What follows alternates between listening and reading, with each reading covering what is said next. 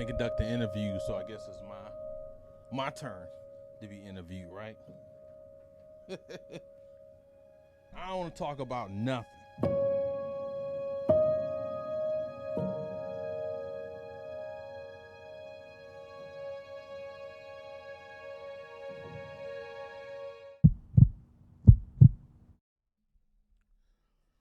You know, my upbringing in Detroit was it was fun, it was tough, it was exciting, it was exhilarating, it was challenging, it was spiritual, it was mental, it was emotional, it was physical. Any type of words you want to add to it, any type of adjective, anything. Detroit is a city where, you know, you got to be tough to survive. And a lot of us, we didn't survive in Detroit. You know, I was raised in a household. My grandmother was the pillar of our household. My mom was there, dad, multiple cousins, family members, aunts, house full of people. And we was, you know, spread out throughout the city, the west side of Detroit, the east side of Detroit. Again, man, it was fun. It was a great time. It was a great time growing up. I was born in 74. So growing up in those 80s and 90s, particularly the 80s when the crack epidemic hit, we had a lot of drug dealers in our neighborhoods. But minus that, the neighborhood was beautiful at that time. All the grass and everything was manicured. It was beautified, area beautification. You know, all the houses in the neighborhood, everyone worked in the auto plants, the big three, GM, Ford, and Chrysler.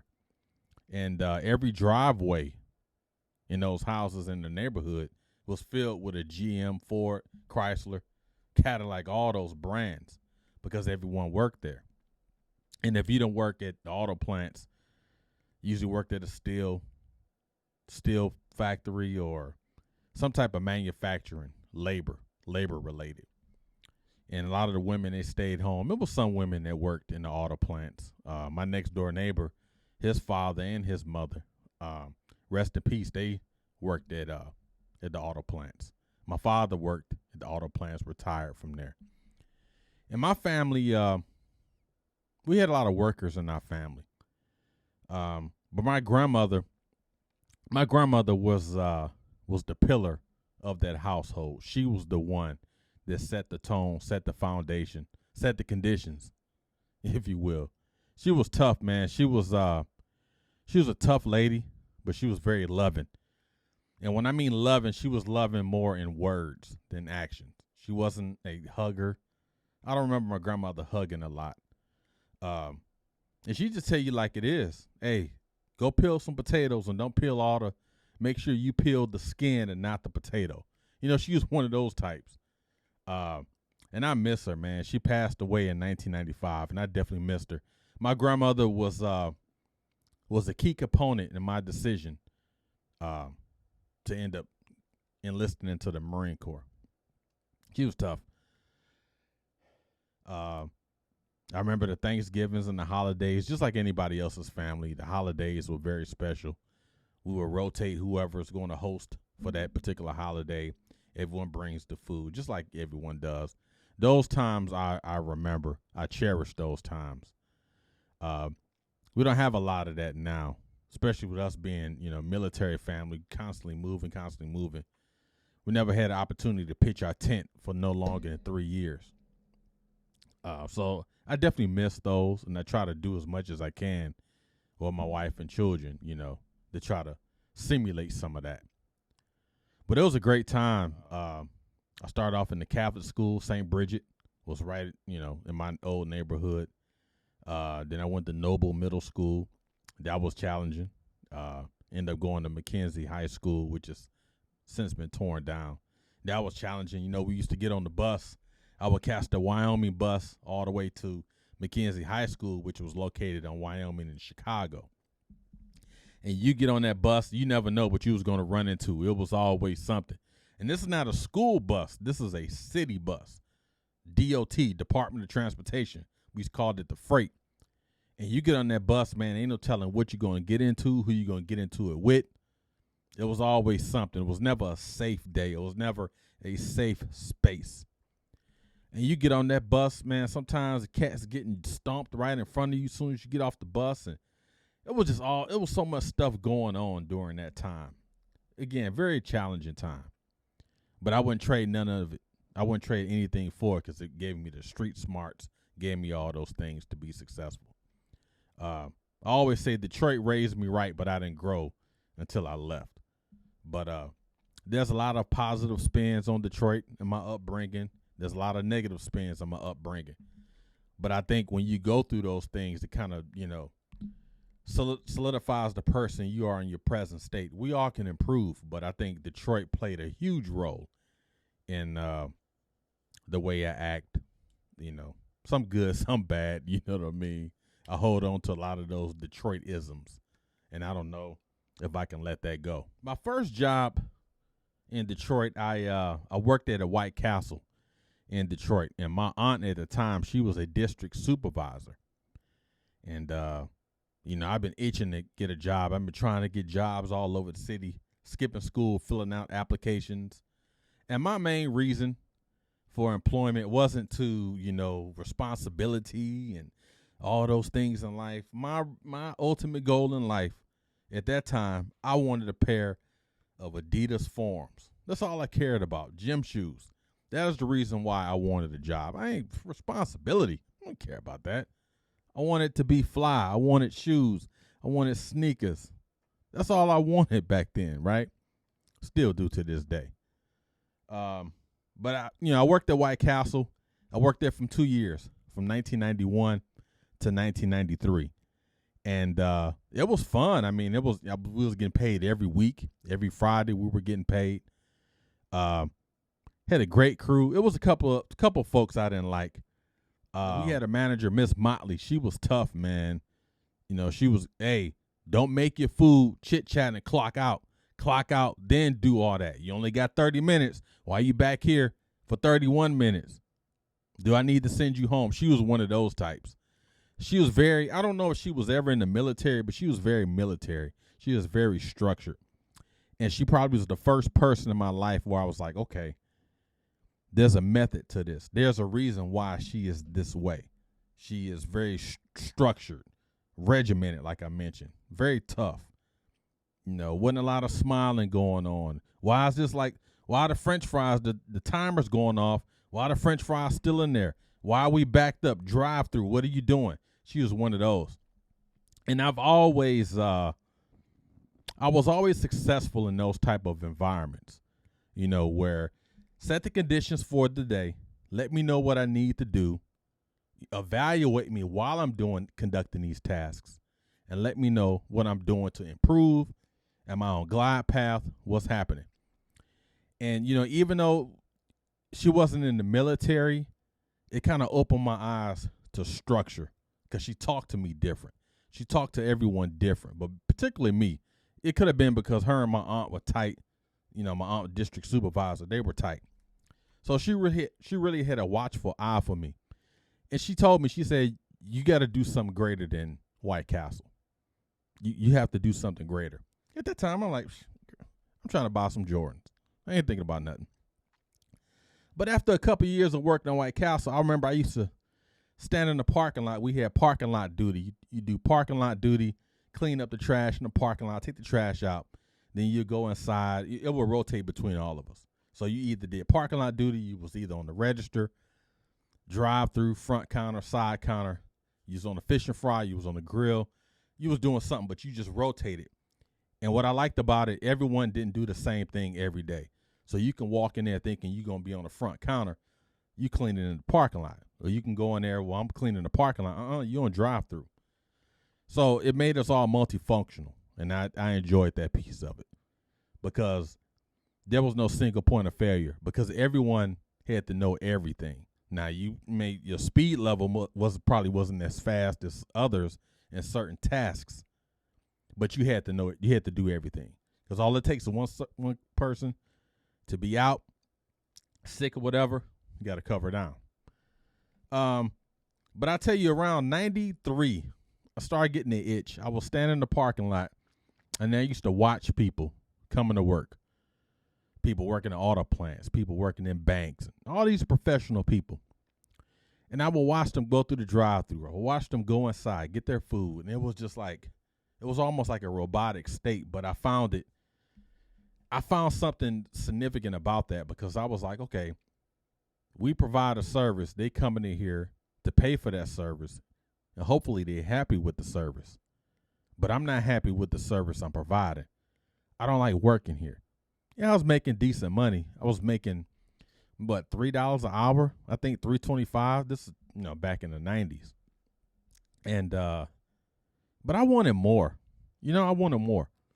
So I remember one time, the summer of 93, my grandma had a long sit down with me. And she said, I need you to really take some responsibility. I need you to step up. I don't want you to do what your other family members have done. Don't stay here in Detroit. Do something different. Do something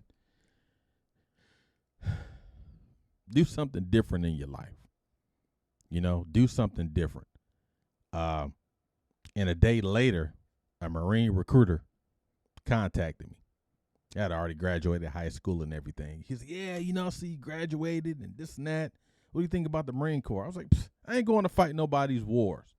He's, oh, man, we don't fight wars. If we fight a war, we're going to fight it with lasers? And I'm like, He come to the house. I go to the recruiting station. And, oh, man, you look like a Marine. You should be a Marine. You look like a Marine. And so I remember I didn't have a lot of support in my family that I can remember as it relates to enlisting in the Marine Corps when I decided to enlist. My mother didn't believe I was leaving. My father didn't believe me. The only person I remember being supportive was my grandmother. My grandmother's like, you're going to do well. I can't wait to see you when you graduate. Now, I hadn't even signed my contract yet, but she was like, you're going to do well. And she was my biggest supporter. That's why, I wish she was still here to see my family and how everything turned out, She was my biggest supporter, my biggest ally, my most trusted confidant. I love that woman, man. Really do. November 1993, I'll never forget. I was at the MEPS signing my contract. Signed my contract at the MEPS in Troy, Michigan. And I was like, man, going to the Marine Corps. I remember it like it was yesterday. I finally enlisted in the Marine Corps, raised my right hand. It was a cold day. It was a typical Michigan winter. And I remember coming home and telling my grandmother, I don't think she was living with us at the time. I think she had moved. Grandma, I'm going to the Marine Corps. I enlisted. I leave in January 1994. I'm leaving, Grandma. She was sad, but she was happy. She said, thank you. She said, God bless. You answer my prayers because I want you to leave. You're going to do well. You're going to do well. And I remember telling everybody at White Castle, man, I'm going to the Marine Corps. I leave in January. Man, you ain't going, man. My cousin went to the Navy, man. He flunked out. You ain't going to make it to the Marine Corps. You're going to be here at White Castle. And there was just one guy named Thomas. I can't remember his name. He was such a prick. He always called me brother. I ain't your freaking brother. You know what I mean? Hey, brother. Hey, brother. Hey, brother. Brother, you ain't going to make it. You ain't going to make it in the Marine Corps, man. You can't make it. And January 1994, I left. And my mother didn't believe it. My father didn't believe it. And when my recruiter walked up to that door, staff sergeant, can't remember his name, he was like, it's time to go. That's when everybody's, oh, you leaving? You leaving? My grandma was the only one that was like, you're going to do well. My number one support was my grandmother. Next thing you know, I'm going to the Marine Corps.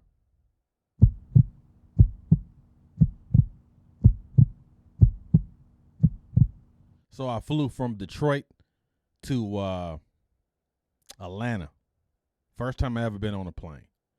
So I flew from Detroit to Atlanta.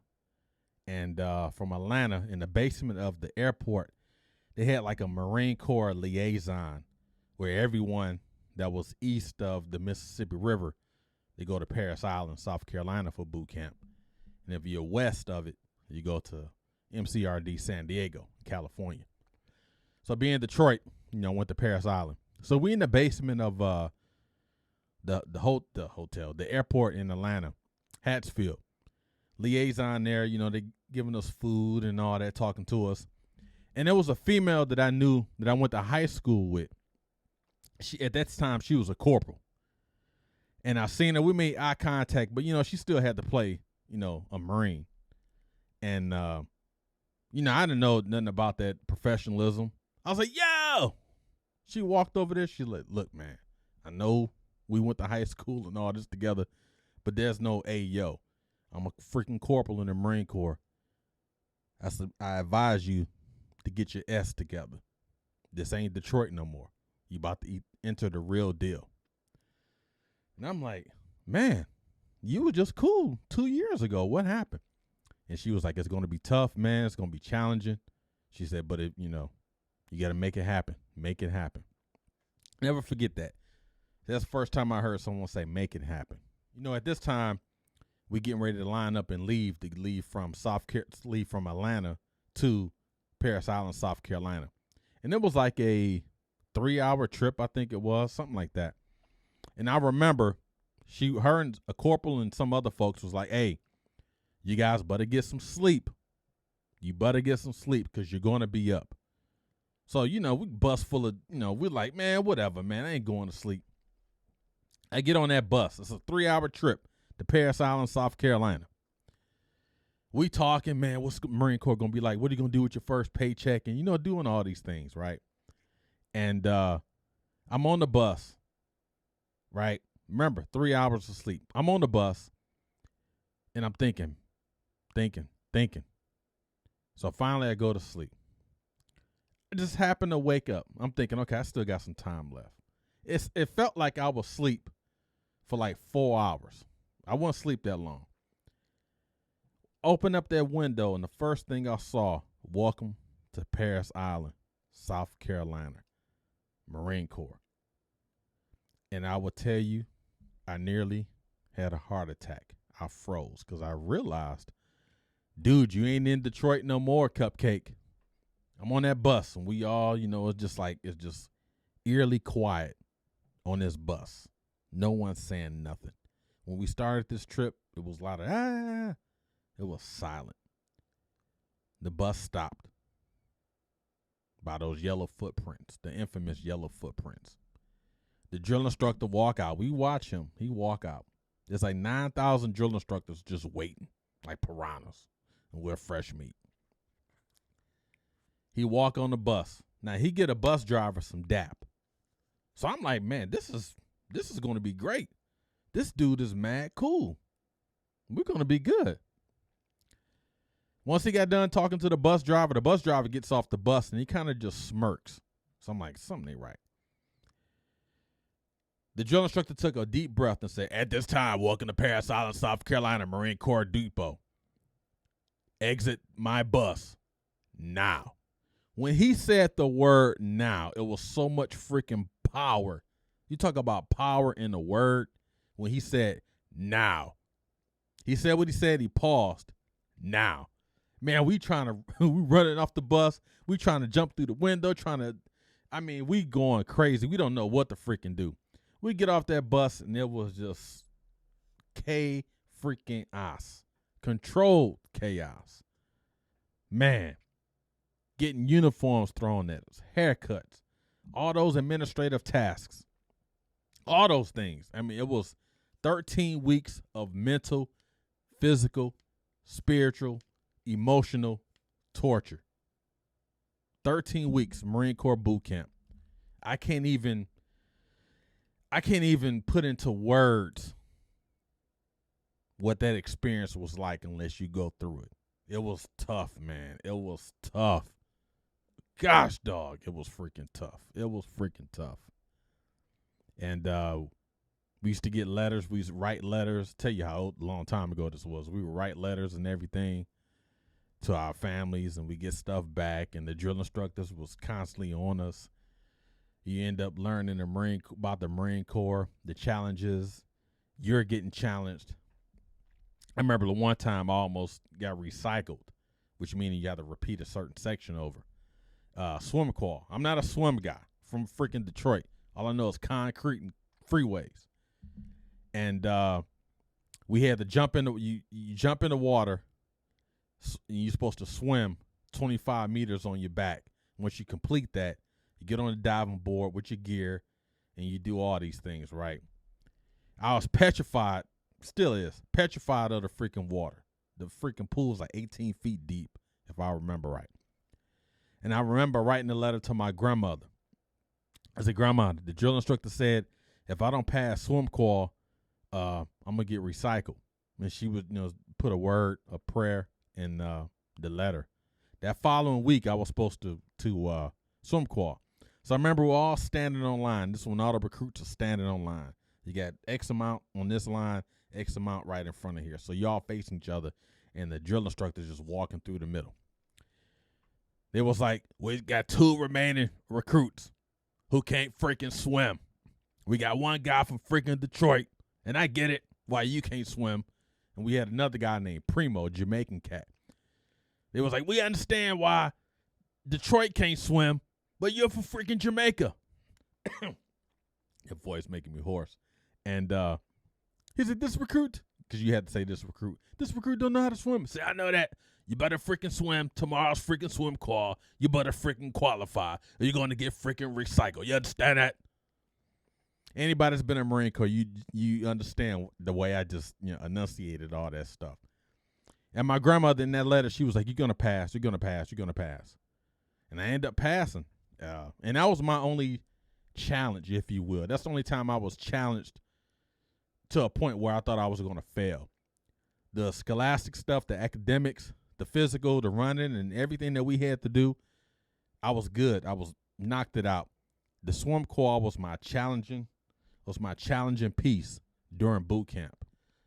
And also in boot camp, one of the things that got me through it, my faith, communicating with my grandmother and other family members, particularly my grandmother. I used to always look forward to going to the chow hall and eating raisin bread and peanut butter. Now, you only had like 0.4 seconds to eat anything, right? But that's what I would look forward to. And I remember we would be cleaning up at night or doing something whenever we had time to socialize with the other recruits. Man, when I graduate, man, I'm going to eat some freaking raisin bread and peanut butter. That's what got me going. But Marine Corps boot camp, it was a challenging time. And one thing that drove me, when you graduate Marine Corps boot camp, I don't know if they still do it now, you get 10 days of leave. And then once your 10 days of leave is over, you go to Marine combat training, which is at Camp Geiger. I don't know if it's still there. Again, I'm speaking from 1994. But when I graduated Marine Corps boot camp, my mother and father drove down from Detroit, picked me up, went home and everything. And there was 2 things I want to happen. Right? 2 things I want to happen when I got back to Detroit as a U.S. Marine. To visit my grandmother and to go back to that White Castle and confront the guy named Thomas who said I couldn't make it. You'll never do it. You'll scrub. You'll bum. You'll fail. And I did that. So I'm back home. I probably have about 7 days left on leave. So I put on my uniform. And I'm headed to freaking White Castle, the White Castle I used to work at. I'm looking for one guy, Thomas. So I walk up in there, and they don't recognize me. They got a little muscular and shed a little fur, you know what I mean?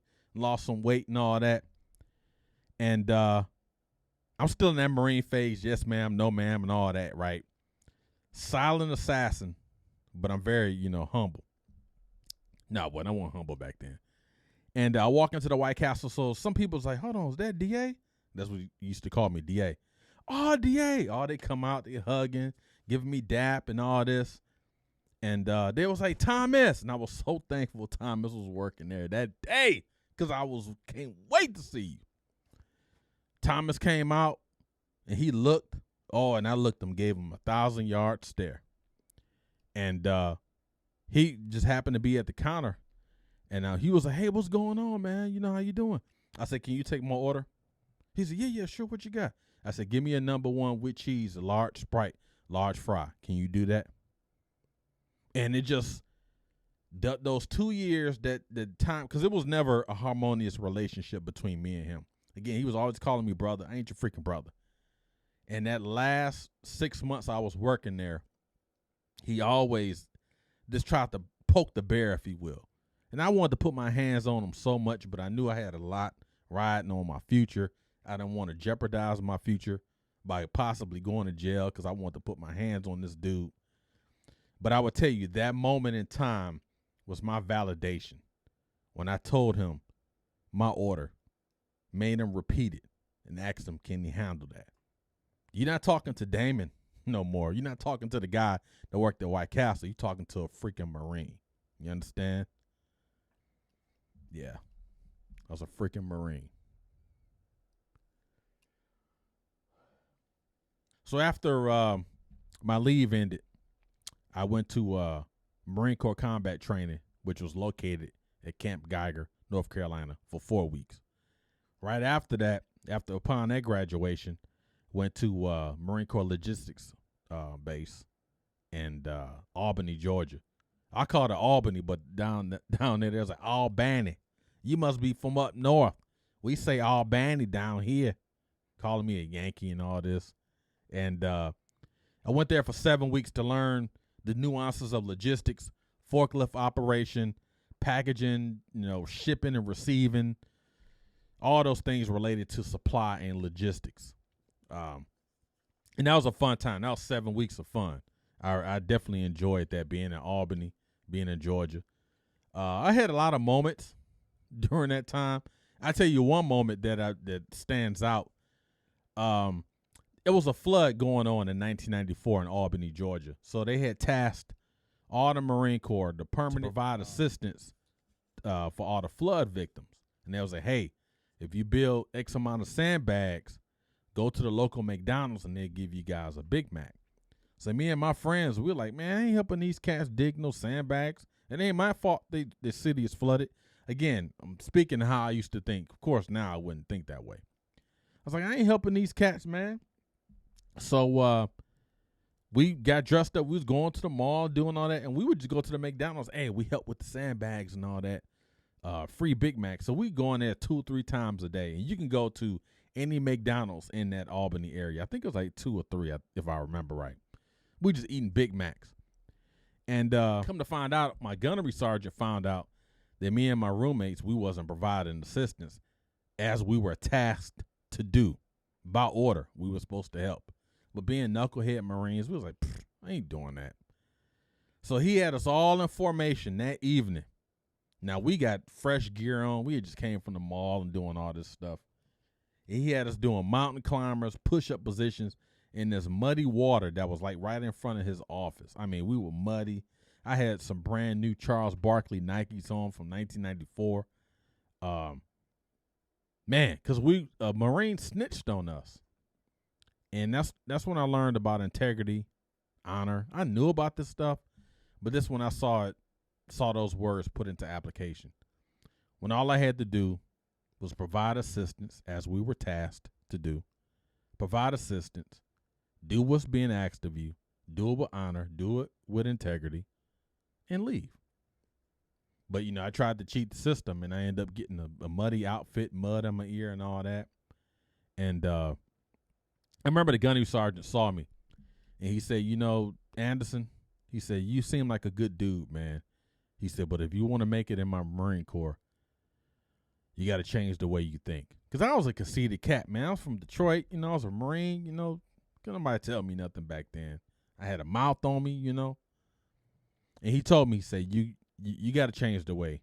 If you expect to stay in the military, the Marine Corps, you got to change the way you are. And I took that to heart. So my first duty assignment, when we were in schools company, they gave us a dream sheet. A dream sheet, you pick X amount of duty stations, and the Marine Corps would try to satisfy, whatever you picked. Psst, they ain't doing that. So I wanted to go Camp Lejeune, North Carolina. I wanted to go to Camp Pendleton, California, and I don't know if I picked Okinawa, Japan. I remember Camp Lejeune and Camp Pendleton. I can't remember if I picked Okinawa. So about a couple weeks later, right before we graduated, they brought us our dream sheets. All right, everybody, listen up. When I call you, your name, when I call your name, come up and get your, this is where you're going to be stationed at. Anderson. So I get up there, get my sheet. That joker said, Yuma, Arizona. What the freak is a Yuma? Now I've heard of Phoenix. I've heard of freaking Scottsdale and Tempe and Tucson and Phoenix. I ain't never heard of freaking Yuma. The only thing I knew about Yuma, it was an old Western back in the day. Yuma, Arizona? What the freak? What is all this going to be about?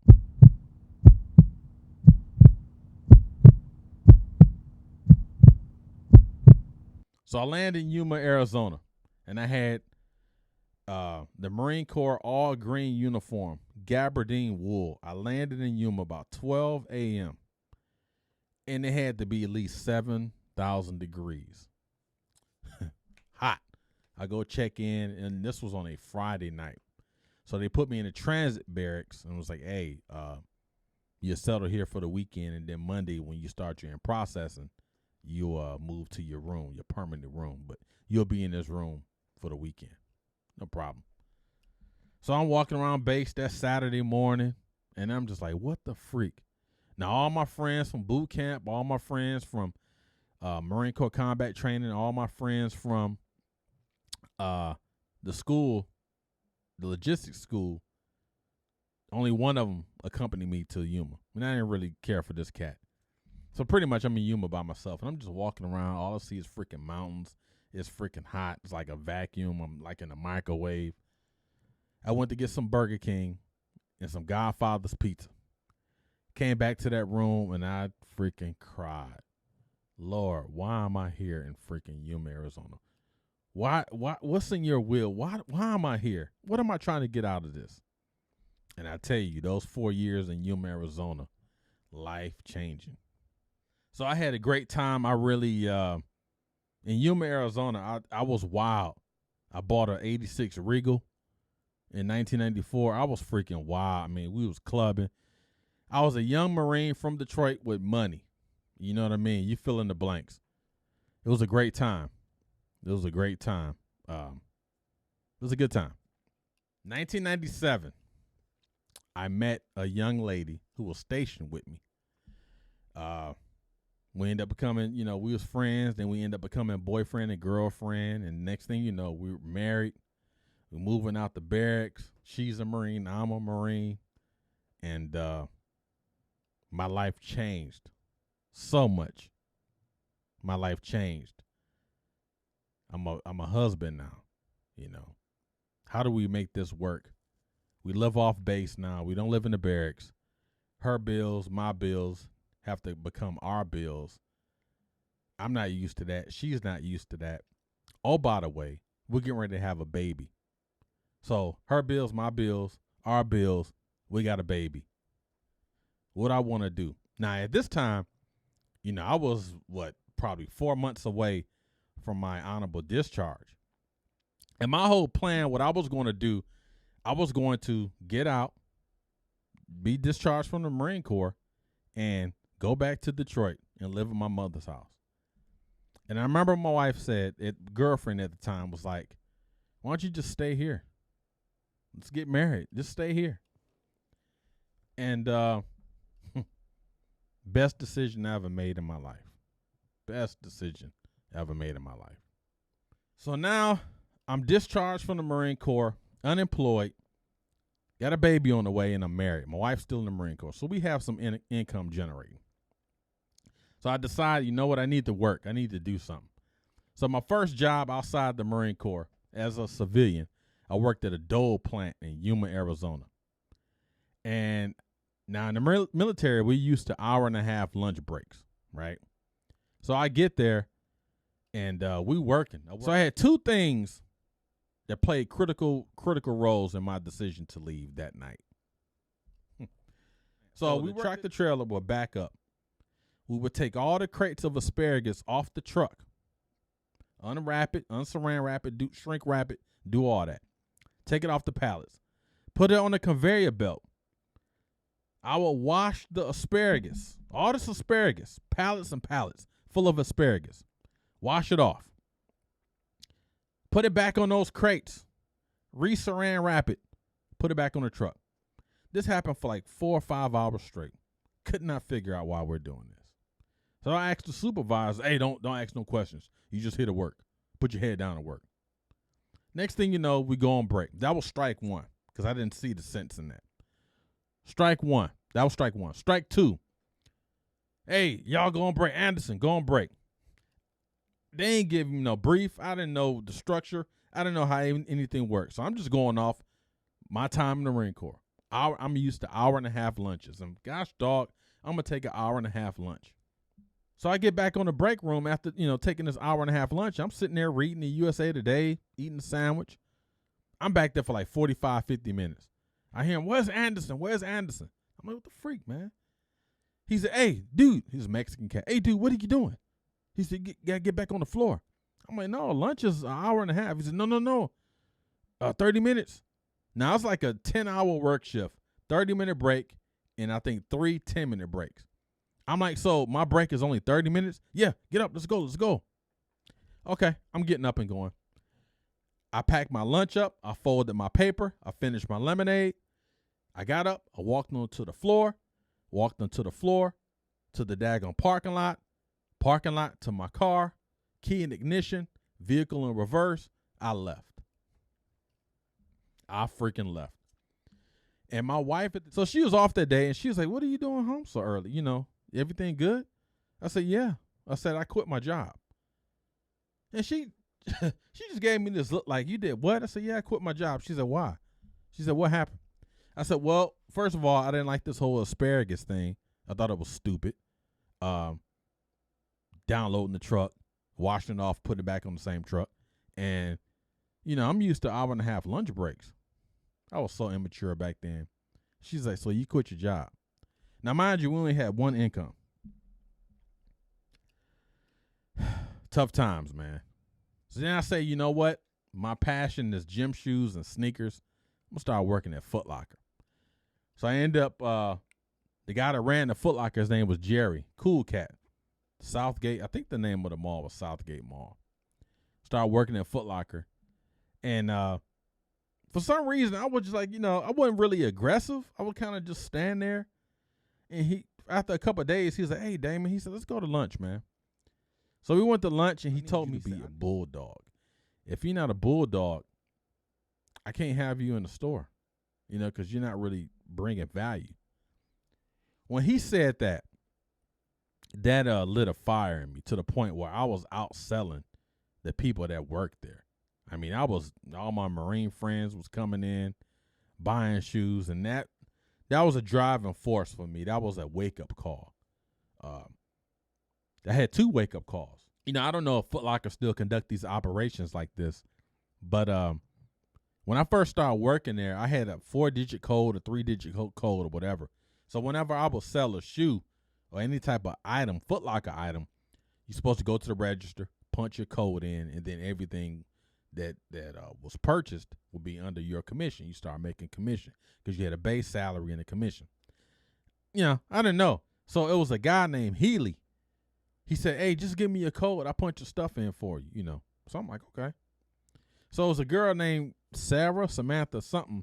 She pulled me to the side after a couple of days of this. And she was like, look, dude. She said, that's how he got me. What's happening? He's taking all your sales. He said, look at your sheet. You're not selling anything because you're giving everything to him.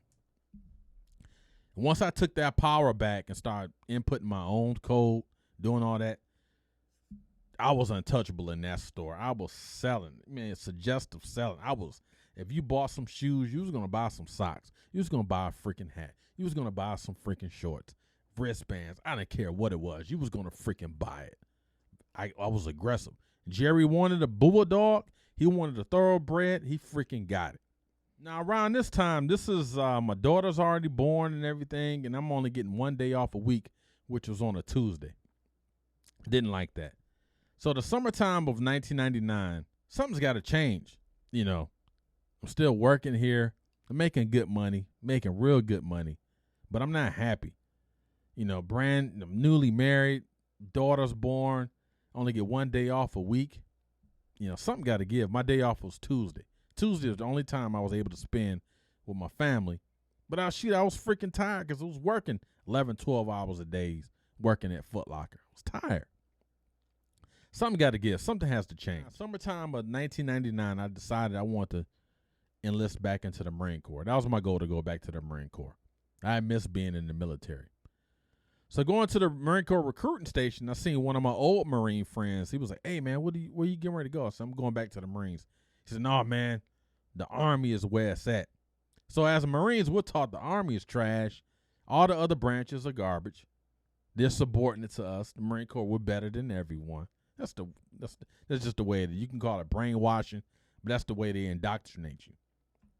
And I was like, "The Army?" He said, "Yeah, man." He said, "Go to the Army recruiter. They got more duty stations, this and that and the third." So I got to talk to the Army recruiter.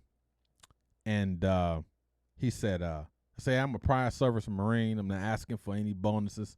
I said, I wanna go back to the military. I said, "But first, tell me what the Army can offer." So he's talking about all these duty assignments, and the Army has way more duty assignments than the Marine Corps. Talking about all these assignments and everything. And I told him, I thought I was going to call his bluff.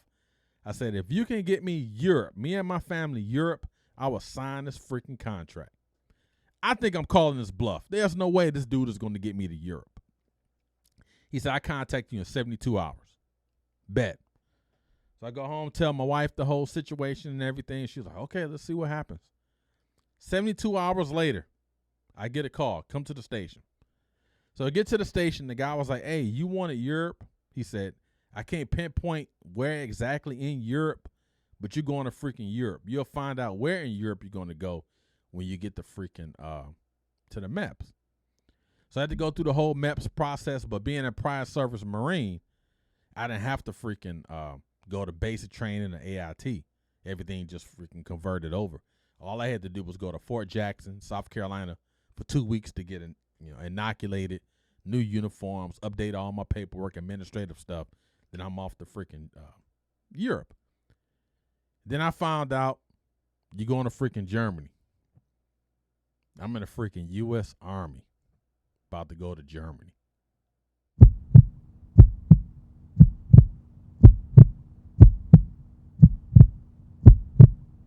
So now I'm going to freaking Germany. My orders say Ron Mine, Germany. And once I get there, then, I get my official orders to where I'm going to go, what base I'm going to go to in Germany.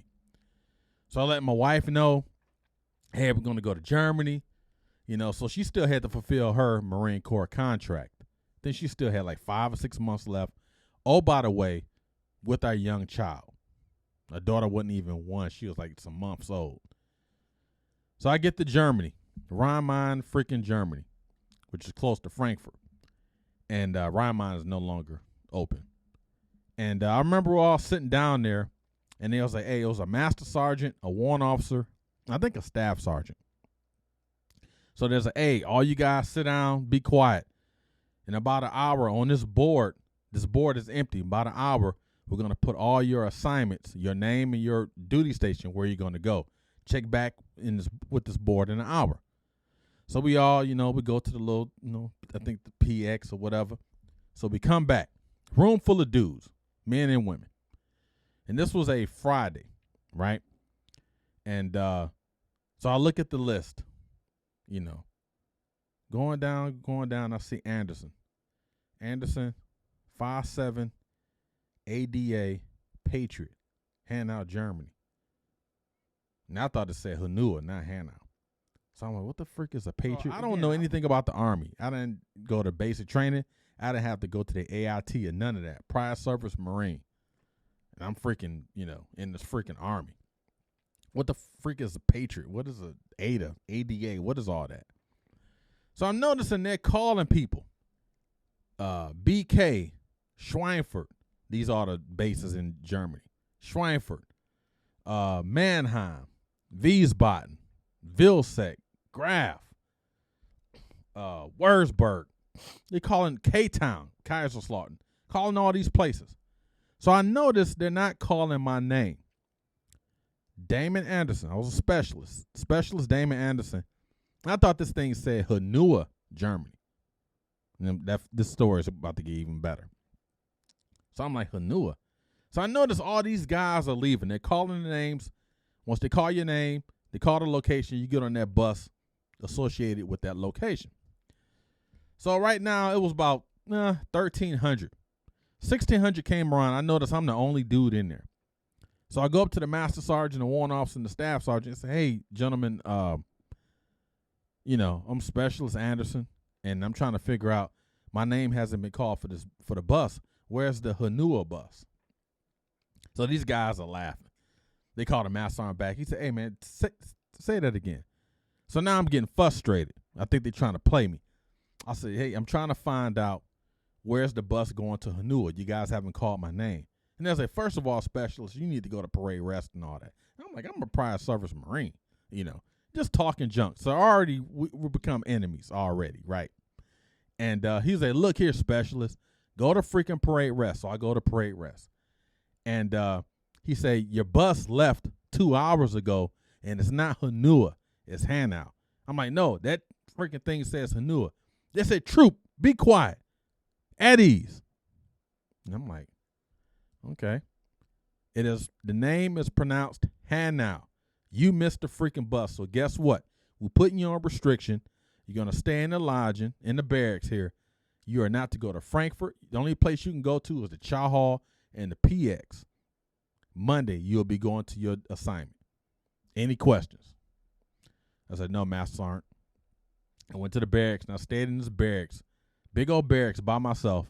The only place I can go to was the Chow Hall and the PX because I had a smart freaking mouth, and I missed a freaking bus. But I'm thankful I did that because the unit I was supposed to go to in HANAU was not the unit I wanted to be in once I became familiar with HANAU. Now I'm in freaking 5-7 ADA, Patriot Battalion, Air Defense Artillery, 69th ADA Brigade, HANAU, Germany, 19th Maintenance Company. I'm in the freaking barracks trying to get my wife and my daughter over to Germany. My wife still got to fulfill her contract. So now I got to do all this command sponsorship, do all this freaking paperwork. And we're talking 1999, so this thing is like snail slow. Get the passports, do all those things, right? So I get there in November 4th, 1999. And that was a challenging time. I remember arriving there, my staff sergeant was like, hey, we do SWA rotations, Southwest Asia. They go to that unit that I was in would go to Saudi Arabia like every year or something like that. He said, you going to Saudi Arabia. I can't, your family, I got it, they in the States or whatever. But you going to Saudi Arabia. We'll figure that out when we get back. So they left December of 99. They came back to Germany, rotated back to Germany, April of 2000. So I'm telling my wife, I got to go to Saudi Arabia. She crying, I'm crying. My daughter just crying because she's a baby. And I kept pushing it like, hey, my wife is going to get out the Marine Corps. I want to have my wife and my family settled here before all this goes on. So they say, you know what? Let's leave him here. Let's leave Anderson here and let him get his whole family, situation, figured out and everything, his command sponsorship. And by the time we rotate back from Saudi Arabia, his family will be here. That didn't happen. Paperwork was lost. Paperwork this. Oh, you lost the passport. It was so much stuff going on. And finally, I left my family October 23rd, 1999 to join the Army, and I didn't see them till April of 2000. All this time and space, the first of our many military-directed separations, all that time and space was gone. Family finally arrives, get everything taken care of. They arrive in Germany, pick them up. My daughter has no clue who I am. Now I'm feeling some kind of way. I'm feeling like, man, my daughter, it was a sad time. Me and my wife, our relationship probably wasn't the best due to the separation from her time still being in the Marine Corps, me in the Army. We're both immature, brand new married folks. I mean, you talk about a struggle bus. We had a struggle plane. You know what I mean? But Germany was great. I wish I had done more in Germany. Sadly, I don't remember a lot about Germany. A lot of times my wife and my daughter, they would get on these USO tours and go places. And I would just stay in the house. No, I don't want to go. I don't want to go. I wish I could change that time back because if I had to dislike any part of my life, it was that time when I was in Germany because I don't remember a lot of it. It was the infancy stage of our marriage. It was the infancy stage of my daughter, the infancy stage of my time in the Army. I don't have a lot of memories about Germany. I don't. I ended up getting promoted to sergeant in Germany. And I was like, okay. Germany, if I had to take it all back in the way, I kind of, move now, I would do things differently. But that assignment was a very challenging assignment because I was just lost as a human. This is me. I was just lost. It was a challenging time, man. We have a lot of, and I've interviewed other military members and friends. They always talk about certain duty stations you just don't remember. Germany, for me, I don't remember a lot. If I could take you always say you wish you could take that time back. You can't, but there's definitely things that I know now. I wish I would have, pivoted other ways. But yeah, HANAU, Germany, 1999 to November 2002.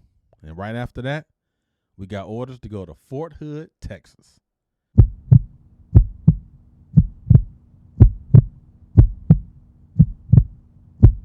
So we arrived Fort Hood, Texas.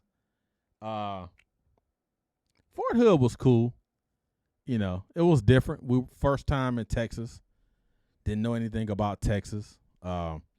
We got there. I was in the unit I was in for the first year or so was cool. No, it wasn't. Like I hated it there. Cause it's like every day I was challenged about everything. If I took the wrong breath, if I took the wrong step, if I did this, I had a platoon sergeant that was just it was a toxic environment. We talk about toxic leadership. It was so toxic, I could have ran a chemical plant. It was toxic. I remember one instance, the division command sergeant major had a command sergeant major's detail. So a tasker came down to all the units.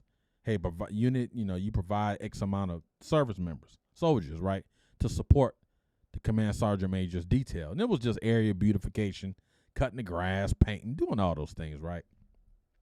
Dead of summer, Fort Hood, Texas. My allergies are ridiculous. So one of the requirements on that tasker in the coordinated instructions, going back to my op order days, for some verbiage in the coordinated instructions, service members can't now have allergies, suffer from allergies. You can't have them being on this mission. So my platoon sergeant at the time, I'm a young sergeant, E5. He said, "Hey, we need X amount of soldiers to support Command Sergeant Major's detail." He said, "But one of the requirements in the coordinated instructions, you can't have allergies. So anybody that has allergies, you can't go." So I'm like, shoot, I don't need to respond to this. I got allergies, right? My platoon sergeant, who's the daddy of the platoon, you should freaking know this. Sergeant Anderson, why you ain't raise your hand? I say, well, what was his name? Staff Sergeant Samuels. I think he's a sergeant first class. Hey, I can't go on this mission because you just stated one of the requirements, you can't have allergies. I suffer from allergies. Oh, you just trying to get out this detail. You just trying to get out the detail. You on it. Okay.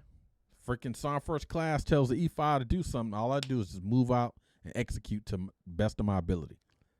So the tasker, we had to show up that Monday to perform, all these duties for the command sergeant major. So I'm out there cutting grass, lining up the grass. Like 30 soldiers out there. So my eyes are watering. I'm starting to welt up because I have allergies. Summertime, Fort Hood. fresh cut grass. Recipe for allergy disaster. Command Sergeant Major just happens to roll up. He said, "Hey, troop, sergeant, what's going on? Everything all right?" He thinking something family-wise happened to me. I said, "No, Sergeant Major, I have allergies. I suffer bad from allergies." He said, "No." He said, I specifically told them, advised them, instructed them to put in the op order. I don't want anybody out here with allergies. Who you work for? 27th MSB, platoon sergeant, and Sergeant First Class Nichols. I ain't tell, but I sure did snitch. And he said, "Go get him." So I go back and I knock on this door, and he's like, "Who is it?" So he had to go meet the Command Sergeant Major, and that ended all that. Fort Hood was fun, man. It was. I had fun there until we got notification that we're getting deployed to Iraq. That was a tough one.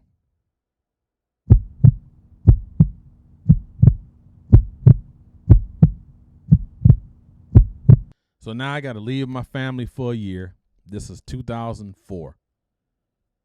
I think it was May 2004. 1 year deployment to Iraq. You hear all the war stories. You don't know if you're coming back, if you're going to be unalived. You didn't know what was going to happen. What was going to happen to the family while you were gone? What was going to happen to your Army family while you were there? And they had so many close calls, mortar rounds, and, going on convoys and all this. It was, it was a very challenging time. I had a good experience in Iraq. I was at, our unit was at Camp TAJI, Camp Cook, Iraq. It was just a challenging time. And I'll probably leave it at that.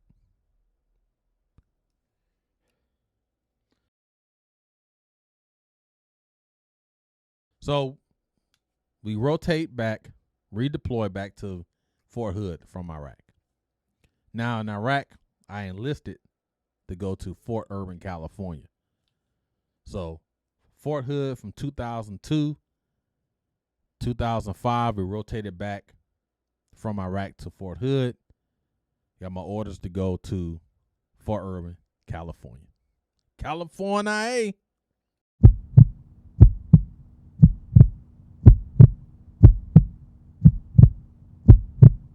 Man, we got orders to freaking Fort Irwin, California. That's 2.5 hours from Vegas, 2.5 hours from Los Angeles. Psh, can't wait till we get there. Fort Irwin was the first duty station that I had in the Army where I enjoyed being in the Army. It was a great time. It was, we had fun at Fort Irwin. Man, California was such a magical place. We did a lot of traveling, Vegas, San Diego, Los Angeles. It was a fun time. It was, I have nothing bad to say about Fort Irwin for the fact that it takes you forever to get to civilization, because once you make that 30-mile trip on Irwin Road, then you got to go to freaking Barstow, which is garbage. Then you got Victorville, then Ontario, then the other cities. But Fort Irwin was fun. When I arrived there, initially was going to be in the warehouse, and they ended up moving me. They had a position for a battalion safety NCO. And I was a sergeant at the time, and this was a staff sergeant position.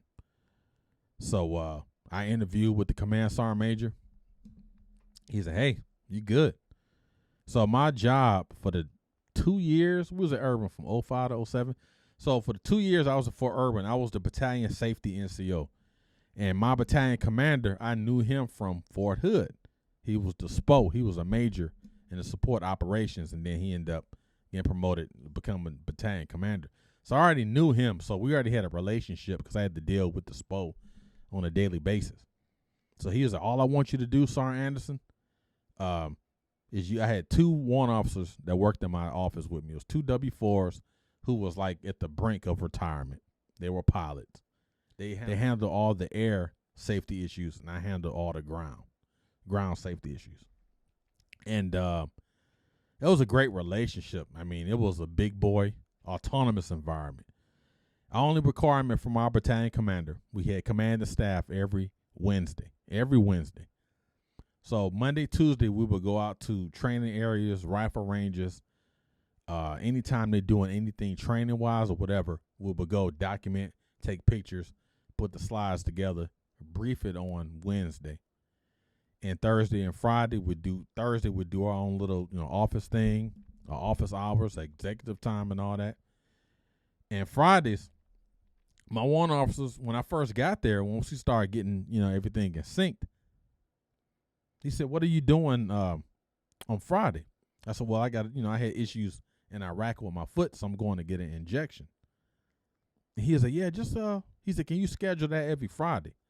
So I'm thinking, Chief trying to set me up. So I'm like, "Yeah, I can't do it every Friday, Chief. I got dog. I can't take all them steroids." But he was getting to a point where he didn't want to show up on Fridays. And the other chief was like, "I ain't showing up on Fridays." Because the battalion commander already told us his requirements, what he wanted us to do. "Hey, why are you coming here on Fridays?" So it was Fridays I would be in there by myself, and he would call and say, "Hey, you in the office?" I said, "Yeah, Chief, working on something." He said, "Dude, leave." So it got to the point I started listening to the songs they were playing, right? And I will tell you, for about a year, we was only there 2 years. For that last year, I couldn't tell you if I worked on Fridays. It was a big boy environment. Again, like I stated, that was the first time in the Army where I enjoyed being in the Army. Life was good. I was a sergeant. I had made staff sergeant in Fort Irwin. Me and my wife, we earned our associate's degree at Fort Irwin, and everything was hunky-dory. We had a great time. And throughout all that enjoyment, I ended up getting orders to freaking Korea. Whoa. So now it's 2007, February. And I found out my wife was pregnant with our son. Same day we found out we were pregnant, I received orders to go to Korea.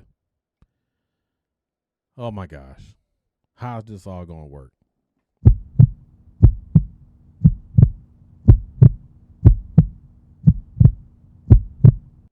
And so the way it was set up, you have a HAP, which is I forgot what the acronym is, but basically a HAP in the Army.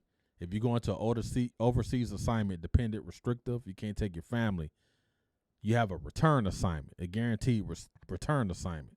So our return assignment was Fort Lewis, Washington. So I said, okay, since I'm going to Korea for a year, let's go. We'll go in PCS to Fort Lewis, Washington, do that year in Korea, and I return back to Fort Lewis, and we just keep this Anderson train going on. And Korea was challenging. But I would tell you, just to be consistent, Fort Irwin was where I first learned, appreciated the Army, had fun in the Army. That 1 year in Korea from 2007, 2008 was an extension of that. I enjoyed that year. Of course, I enjoyed, being away from my wife and my daughter and soon-to-be son. But Korea was great. Korea was fun. Korea was consistent with Fort Irwin. I enjoyed. Fort Irwin was the first duty assignment that I enjoyed. Being in the Army was fulfilling. And Korea was an extension of that. I found joy in Korea. That assignment was great. However, but when I received those orders on the same day I found out we were pregnant, it was like, wow. We're happy. We're getting ready to have another child. Well, we're sad because now I got to leave. And I ended up getting to Korea July of 2007. My son was born in October. So as soon as I got there, Korea, it's one of them environments where it's constant. The up tempo is high up tempo. And the unit I was in, 602nd ASB, they went to the field a lot. And when I got there, a brand new staff sergeant trying to make his mark for this year. Oh, by the way, I need to put in some leave to go home because my son's born. So now that, you trying to get out the field, you trying to do all this. Minus that particular period what people were questioning, why did I want to go back home to see the birth of my child when the same people had their families in Korea and their families, had birth and all that. But I was getting questioned. That was the only time in Korea where I didn't enjoy. So I ended up flying back to Fort Lewis, witnessing my son being born. I'm thankful that I was able to watch both of my children being born. Go through everything, get back to Korea. My son was born in October, so I go back to Korea that November. So November of 2007, I didn't rotate back to the States till July 2008. Spent all that time, Korea. It was great. It was a family environment. The co-workers, man, it was that. I worked in the support operations. That time was great. I got along with everybody. I had my own room. I mean, that was a fun. So I had 2 consecutive great assignments. The freaking Fort Irwin and that Korea assignment was great. After that year in Korea was over, I went back to Fort Lewis, Washington, and it was additional fun.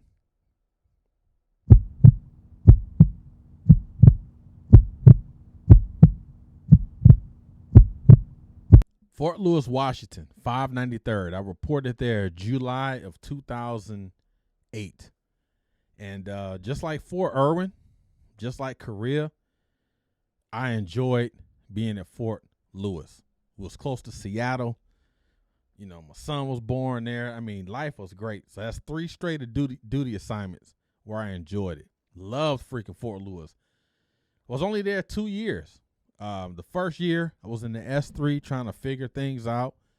But it was a great environment. It was a family environment because our sergeant major, our S3 sergeant major was all about family.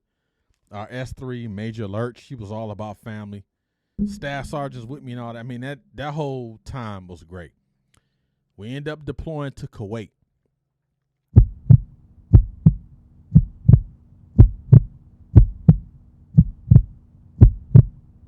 For all the negatives that I went through in Iraq on a deployment, Kuwait was a total 180. Kuwait was fun. I had to worry about some of the things we had to worry about in Iraq. Got to visit, Kuwait City, do a lot of things. We in Kuwait, we're trying to figure out, being a recruiter. People want to be drill sergeants. We're recruiters. And I put in the recruiting packet, and everything was approved. So now they sent me a list. They had, I don't know if they do it now, but they had a map of the United States, and you pick battalions and three stations within the battalion, so on and so forth. So me being a native Detroiter, I had no desire, did not want to go to freaking Detroit, nothing near it. I wanted to go to Chicago. I wanted to go to that recruiting station at Times Square, Philadelphia, Baltimore, Miami, Seattle, L.A. Nothing about Michigan, nothing about Detroit is on this list.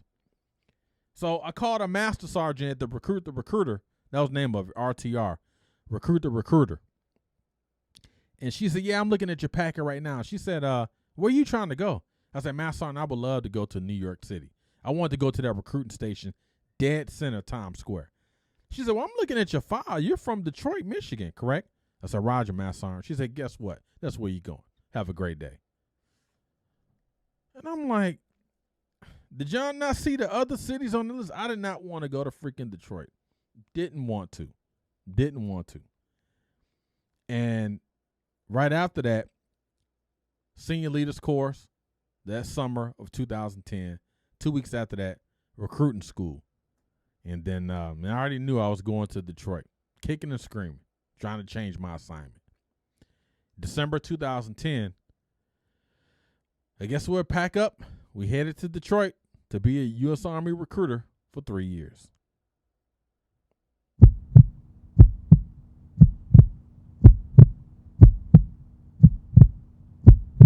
December 2010, I check into my recruiting station that was located, it's gone now, but Bel Air Recruiting Center in Detroit, right on 8 Mile. I recruited for 3 years in Detroit. The only thing I enjoyed about being a recruiter, the fact that, I'm back in my hometown, home state. I enjoyed my wife and my children being, being around to see, my upbringing, family, and all that. But I would tell you, I enjoyed the interaction with everyone that end up enlisting into the Army, the young men, the young women, being able to kind of mold and shape their minds, figure out what they want to do in life. Even if I would befriend them, even if they had no desire to join the Army. Because if you don't want to join the Army, gosh, dog, you probably know 15 people that do. Lead me to them,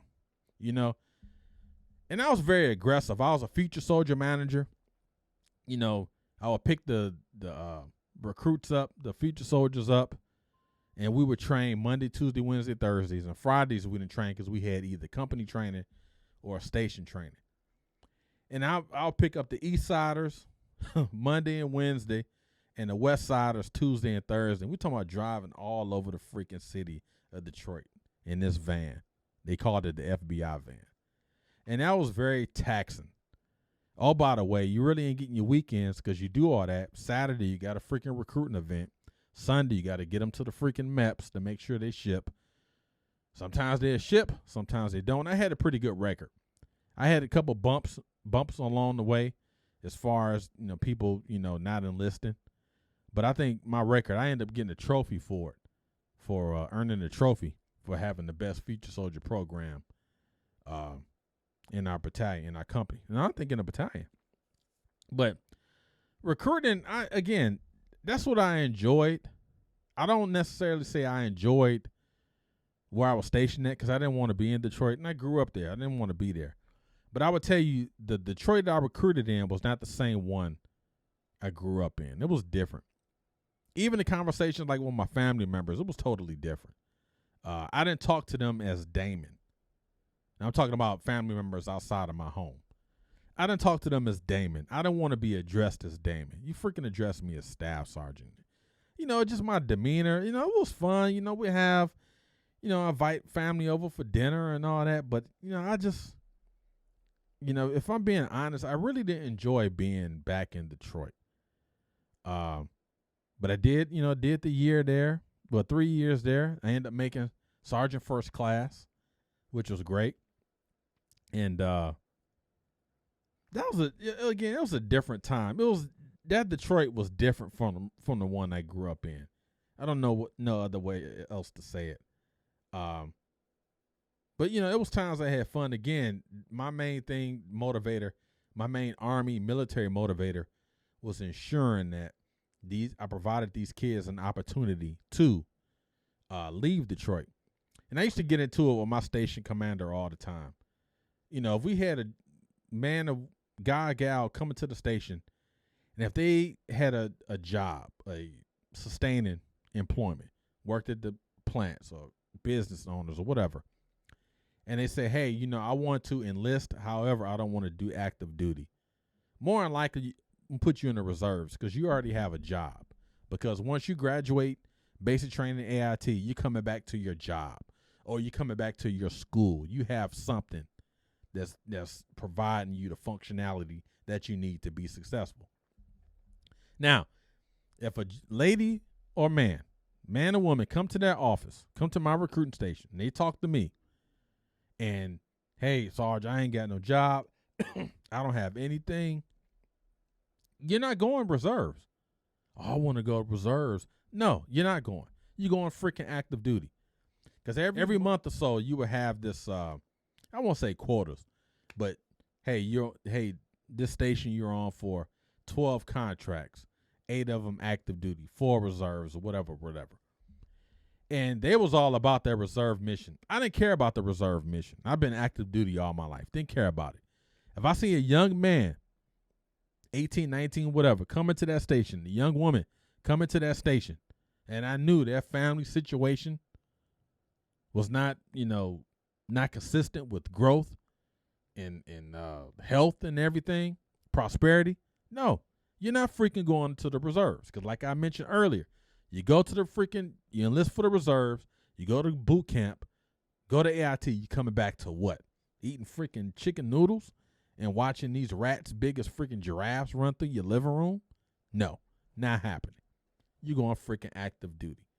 You have an opportunity to go to the Koreas, the Italys, the Germanys, the Californias, the North Carolinas. Why do you want to stay here and do what? You're wasting your time. More importantly, you're wasting my time. You're going freaking active duty, right? So we get into all these, situations with our station commander where, we got to have reserve contract. Didn't care. And I tell you, it was been so many times I've had folks later on who's still serving. Hey, appreciate it. Thanks for pushing me to go active duty. I met my husband. I met my wife. I've had my kid. We lived in Italy. We lived in Germany, whatever. But if you had if the Army says put these guys in reserves, what if they had went reserve? You never would have experienced that. So that's my biggest takeaway from being a recruiter, being able to kind of challenge the system and shape the people that's going into the system, that's enlisting in that system. Because the Army eats its own, so you might as well go where you want to go. But you was not doing no reserves, not around me, unless you already had a job, an equitable job where you was making, enough money to support your quality of life, provide you that life support you need. But if it wasn't that, and you was freaking working Burger King or McDonald's or somewhere, no, cat, I don't care what these dudes are saying. You going freaking active duty. Now, if you poll all of them that actually made it, because some didn't, they will tell you. I'm glad I did it. Glad you did it. And now the next, we get us orders. I'm there for 3 years. Hey, you want to convert? You want to be a recruiter, permanent recruiter? No, I don't want to do that. This junk, I'm tired of this. I'm tired of these politics. I'm tired of all that. I had a streak of successful assignments where I enjoyed it. That Detroit assignment, outside of helping, the civilians become, enlisting into the Army, outside of that, didn't I enjoy that assignment at all. But you know what? The Lord blessed us, because our next assignment was freaking Okinawa, Japan. Freaking Okinawa, man. Gosh, dog.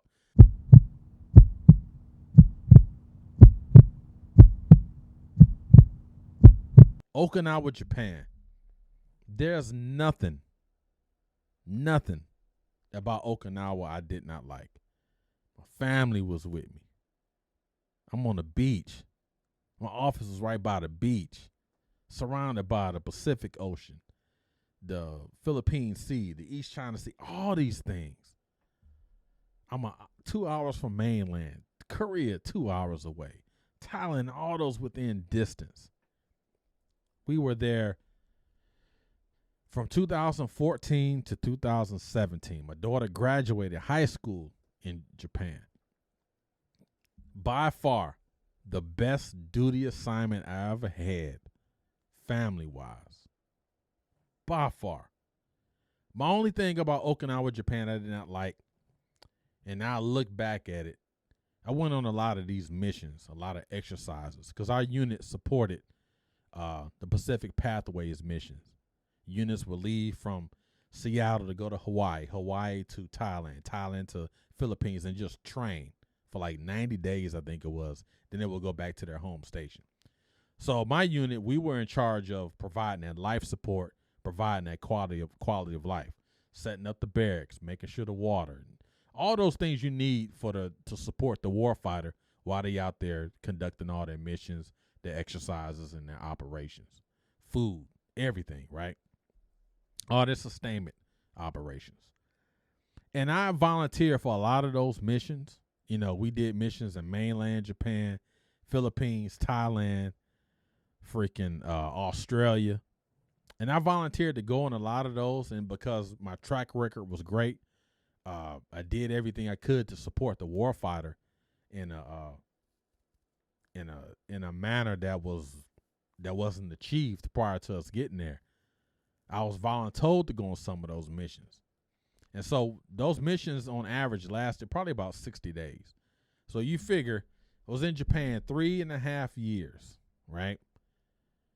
I would probably say, honestly, I only been in Japan probably maybe 2 years due to all these missions. It was just missions back to back missions. 50 days here, 60 days here, 50 days here. And I know it was wear and tear on my family, but they had the opportunity to see a lot of Japan. Whenever I was on the mission, we had a lot of opportunity to see Japan. And it was freaking beautiful.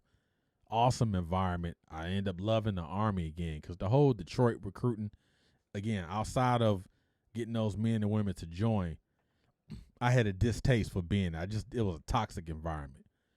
But I would tell you, being in Japan was great. That was freaking an awesome experience. I would tell you, I would take this to my grave. Okinawa was the best assignment for me, family-wise. The support was great. The unit I was in was great. I mean, of course, you got a few outliers of people you don't like in your unit. But those 3.5 years in Japan, man, it was a microcosm of relief, I guess you could say, because everything I went through in Detroit. That was freaking beautiful, man. I loved freaking Okinawa, Japan. Love for us to move back there on a permanent basis. So we did 3.5 years. We had to stay an extra time so my daughter can graduate. Me and my wife end up earning our bachelor's degree in freaking Okinawa. That was great. But everything came down crashing, and I got my orders to Korea for the second time. And this time, first time I was at Camp Humphreys, this time I'm going to Camp Casey.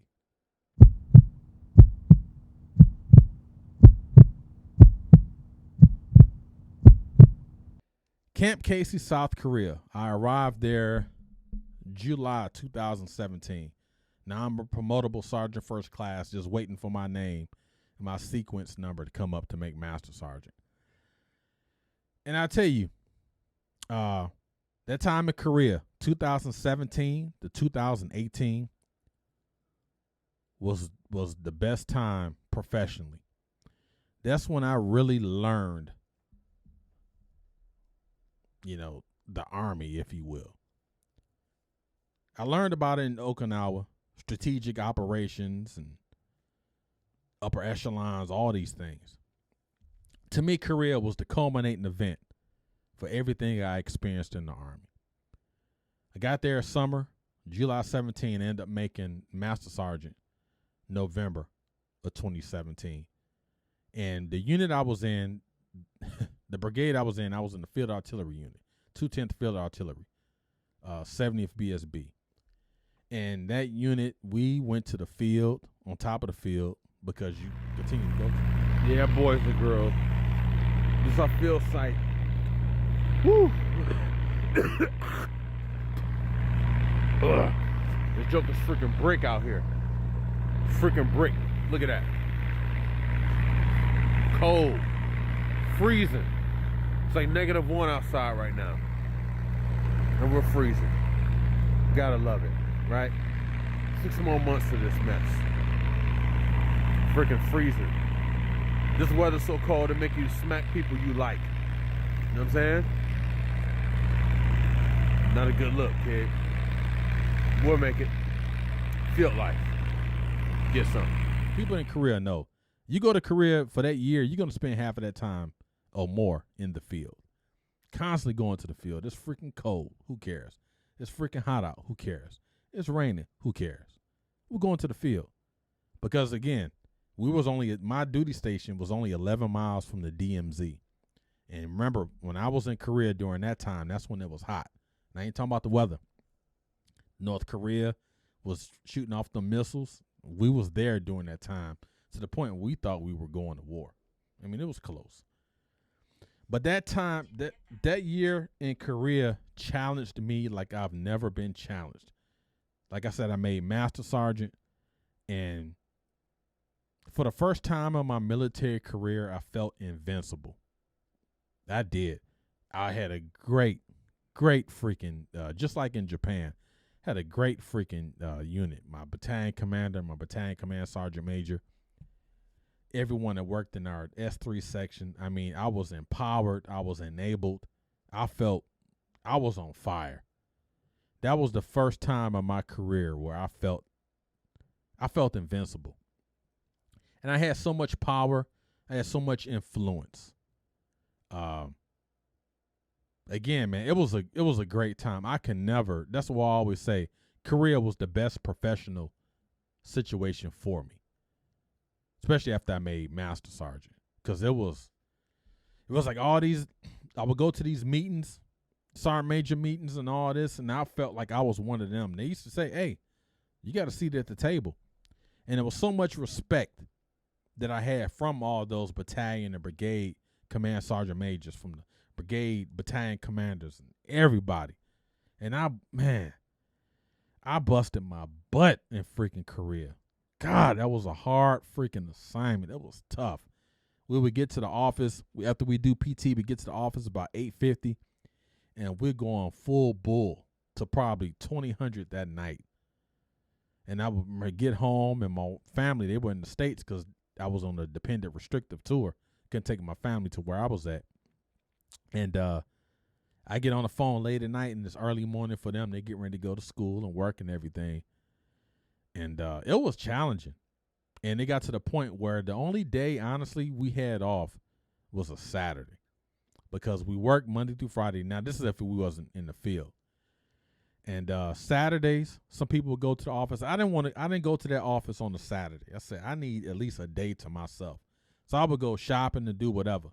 Sunday, I would go to the office for maybe 2 or 3 hours just to kind of catch up on stuff, because that type of unit I was in Korea, you had to come in there on your off days, or you had to conduct some type of, work functions on your off time to be able to catch up. Because if you waited till Monday, if you didn't do anything work related during the weekend and you waited till Monday, you were behind. It was a challenging time, man. It really was. But Korea was the best. It put me in a position where I didn't think I could fail. No, you guys will be back at work at 13:30 since we had this long movie. I'm sorry. Okay. Appreciate all the support that everyone has given me for all these warrior focus we've been doing. So the expectation is to get Master Thomas the same respect, courtesy, and everything, right? Because if you don't, I'll come up to Fort Knox. I'm gonna come with you. All right, bottom line. But again, just be safe. Remember, what time is freaking curfew tonight? What time do you report to your company? Being early is on time. Being on time is late. Have a great Friday. 13:30. Report to your section. God bless you all. I mean, Master Sergeant. That's all. It was like helping people. I helped the first sergeant, sergeant majors, and all that. I influenced so many influenced me. Mentors, mentees, man, that from a selfish standpoint, that assignment was the best assignment for me. Okinawa was the best assignment for my family. Korea, Camp Casey, 2017, 2018 was the best assignment for me. And I took full advantage of it. And it shaped the way I think. It shaped my actions. It shaped everything about me for the better. Everything. God, I was empowered, man. We made things happen. Unbelievable things. Met our suspenses. Exceeded expectations. Man, it was a freaking awesome time. That year, outside of Japan, that was the best time I ever had in the Army. That was a magical time. And, I compare that time. I was a Master Sergeant 2017, 2018. When I was in Korea the first time, 2007, 2008. If I took both of those and just, contrasted and compared, you could just tell the maturity in my conversations, the maturity in my actions, the maturity in my growth, my expectations, my discipline was unparalleled in that year in Korea. Man, it was a sight to see. Then I end up getting orders to Fort Knox, Kentucky.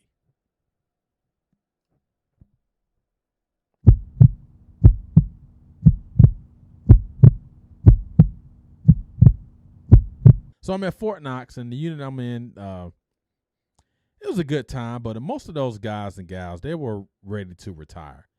And I would tell you, I always tell my wife, I'm so thankful that if I went to another unit like I was in Korea, to a place like Fort Knox and I was in that same type of unit, I probably wouldn't have been retired. Cause I was running on fumes. I mean, I was running in Korea. And when I got to Fort Knox, there's like, hey, we don't do all that here. Hey, Master Sergeant, you know, it's 1300. You can go home if you want. I'm like, what? What do you mean go home? We got stuff to do. Very relaxed environment. Our jobs, our main focus was to train the warfighters, to make sure the warfighters executed all their missions. But, you know, that time I had a career, I had so much responsibility, had so much power, if you will. I know I use that word a lot. And Fort Knox didn't really provide me that or stimulate me the way Korea did, stimulate in a professional sense. It kind of just, I won't say it let me down, but it was the place, you know, it's the place where I realized that, hey, you know, this thing might be coming to an end, you know. Tried to get first sergeant jobs. No one's interviewing. And my wife said, what do you want to do? Do you want to stay in, compete for command sergeant major, or do you want to retire? And I had 2 back-to-back knee surgeries. 2019, I had a orthoscopic. 2020, I had a full knee replacement. Tore my knee up, and I already had knee issues. But that was the first time I want to say about Fort Knox. I have nothing negative to say about Fort Knox. That was the first time in my career where instead of trying to take care of others, make sure your subordinates are good, make sure your peers are good, make sure your seniors are good. That's the first time I made sure I was good. I was in a bad state mentally. I was going to mental health. Wondering what I was going to do with my career. Did I want to continue to serve? Back-to-back knee surgeries, depression. Man, it was everything I experienced in Korea. There's no way I could have forecasted I would experience these things in Fort Knox a year later. I was 2 totally different people. I had lost that energy. I had lost that hunger. I had lost that fight. I had lost that will. And that's when I knew it was this may be time. And I remember the thing, one event that led me to believe it's time to retire. And I told some people this. My second knee surgery, or was it the first one? One of the knee surgeries. I remember laying in bed. Now I'm on prescriptions and all that. I'm laying in my bed and we have a ceiling fan in our bedroom. And I remember watching the blades on the fan. Right. I'm on all this medication, knee elevated and everything. And I'm watching this fan spin around, and it's like every blade in the fan was a rank in specific events in my military career, to include the Marine Corps. Now, I remember watching this fan. It was almost like I was watching a movie, just spin around. E5, corporal, staff sergeant, sergeant first class, master sergeant, all these things. And I felt the spirit say, it is time. And I end up submitting my retirement paperwork. I end up retiring 2020. I out-processed July of 2020, had my retirement ceremony, did all those things, right? And I remember once I out-processed, everything was done. The lady that was helping me, she said, Master Sergeant, you are finished. You're out-processed. You are done. And when she said that, all I heard her say, you're done. And I was like, wow. So I grabbed my paperwork, thanked her and everything. And I walked outside, and right outside the one stop out-process center at Fort Knox, there's a train track, a bridge. And I remember staring at it for probably all of 3 minutes. And I remember staring at it. It just happened to be a train coming on the track. And when that train passed by, all those cars represented times in the military, similar to the ceiling fan. And it's like every event I could just see from the time I enlisted in the Marine Corps up until that moment where I was officially out. And I was like, man, that train represented what a great ride I had in the military. Each train car represented a great ride that I had. The good, the bad, the ugly, the fast, the slow, the highs, the lows. the aggression, the anger, the happiness, the smile, the rain, the sleet, the snow. It represented all that. And then when that train finally passed, it was like, it's over. What do I do now? 4 years in the Marine Corps, 21 years in the Army. Master Sergeant, you are now Damon.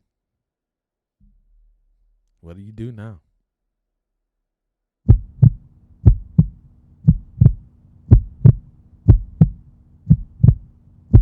I retired November 20, and I sunk into a deep depression. And I don't think I dug my way out of it until I started my podcast. Because you go from constant calling, constant emails, it's just constant doing something, then all of a sudden it stops. No one's calling. No one's, this thing is, people have moved on, man. You're not in the Army no more. So it was challenging, going to mental health and deep depression. I think a lot of us, that's why a lot of service members, when they retire, the first thing they want to do is seek employment to kind of continue that. I was so burnt out when I retired. I didn't want to work, and I had many job offers. But I wanted to do something where I controlled my own narrative, where I wrote my own narrative. Because so many years, hey, go to PT, the meetings at this time, do this, do that. And there's always someone controlling the narrative, the commander, the sergeant major, whoever. I want to be able to control my own narrative. I couldn't stand Mondays when I was in the military. And I started doing this podcast. I had a Monday Mental Combat segment that I don't do anymore. And it was talking about how to function on Mondays. And I had all these things. And I was like, I don't want to do nothing on a Monday. And I don't have to, It's some of the things, even now being retired 2 years, some things I still haven't let go about being in the military. And I don't know if I want to, because my identity is wrapped up in that. You talking about almost 25 years, 26 years of service. It's kind of hard to let that go. Some things I've let go. But I would tell you the beautiful thing that I was told by my wife, my daughter, and my son. And they tell me I'm more fun now. I look relaxed. I'm enjoying life. But the biggest thing is that they have fun with me now. I'm more likable. And I think, if I look back at my military career, I probably wasn't the most likable person, especially when I started moving up in ranks. Because, a lot of times I don't think I was a toxic leader. I know I wasn't a toxic leader, but I did things that if I had to look back, I would have kind of changed my rhythm of conversation. I would have changed the temperature, And a lot of times, you come home from a hard day of work, dealing with all this, and you come home and, you just kind of still wired. But I'm in a good place now. I am. Been married over 25 years. My daughter, my son are doing great. And my daughter, my son, my wife, man, they've been my greatest supporters throughout this because they've been through all this with me. Everything that I have is because of them. They've given me energy, drive, focus, motivation. They've given me courage. They've given me fulfillment, laughter, joy, pain, so I'm at the point now I have this podcast. I have my wife and my children. And that's where I'm happy. I'm very happy. Each day I'm happier. We all have our own stresses and all that, but I'm happy. I'm happy.